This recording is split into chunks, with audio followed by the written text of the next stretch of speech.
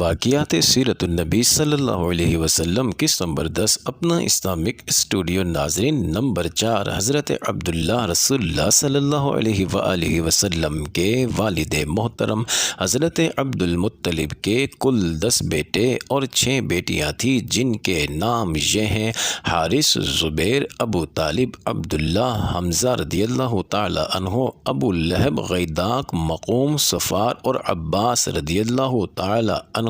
ناظرین، بیٹیوں میں ام الحکیم، ان کا نام بیضا تھا، برہ، عاتقہ، اروا، امیمہ اور صفیہ رضی اللہ تعالی عنہا۔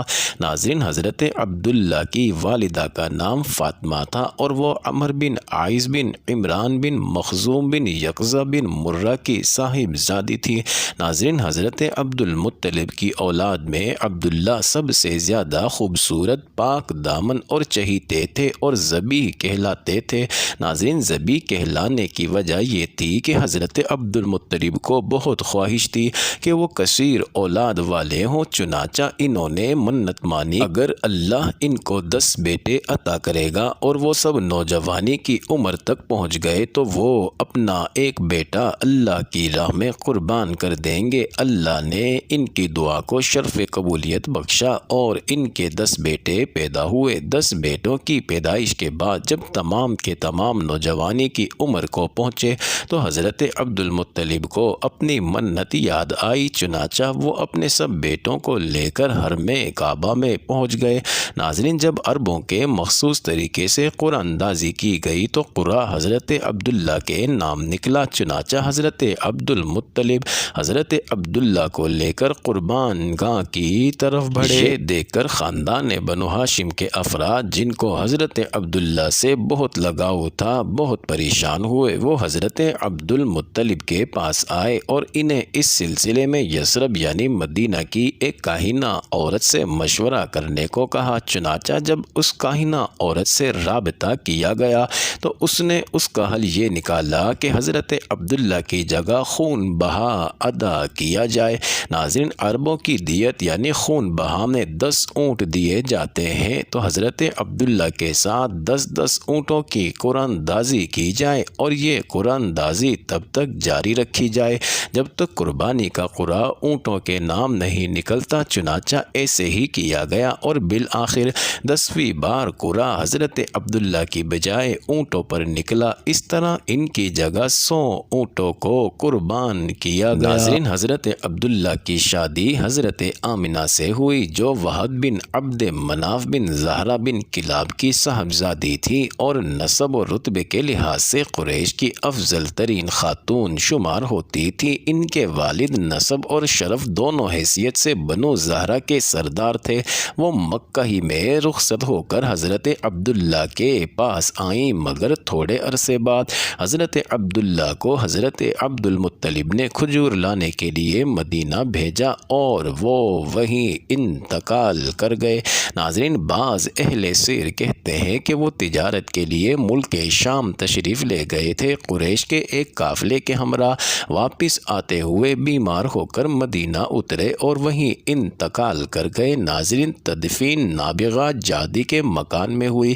ناظرین، اس وقت ان کی عمر 25 برس کی تھی۔ اکثر مورخین کے بقول ابھی رسول اللہ صلی اللہ علیہ وآلہ وسلم پیدا نہیں ہوئے تھے، البتہ بعض اہل سیر کہتے ہیں کہ آپ صلی اللہ علیہ وآلہ وسلم کی پیدائش مبارک ان کی وفات سے 2 ماہ پہلے ہو چکی تھی۔ حضور علیہ السلام کی پیدائش اور 2 اہم واقعات۔ ناظرین، پچھلی قسط میں آپ صلی اللہ علیہ وآلہ وسلم کے دادا حضرت عبد المطلب کے بچپن اور پھر قریش مکہ کا سردار بننے کا ذکر کیا گیا۔ اس قسط میں ان کی زندگی میں پیش آنے والے 2 اہم تاریخی واقعات کا ذکر کیا جائے گا، جن میں سے ایک واقعہ عام الفیل ہے، جب یمن کا حکمران ابرہہ بن اشرم ایک لشکر جرار کے ساتھ خانہ کعبہ ڈھانے کی نیت سے مکہ پر چڑھ دوڑا تھا، مگر اللہ نے چھوٹے چھوٹے پرندوں کے ذریعے اس عبرتناک انجام تک دو دوچار کیا۔